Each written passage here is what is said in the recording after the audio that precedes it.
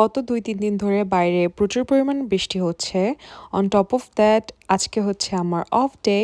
So today I'm gonna share what I did on my off day and let's get started. সকাল ৭টা থেকে আমি continuously আমার assignment করেই যাচ্ছিলাম। But I was craving for some khichdi and bhuna মাংস।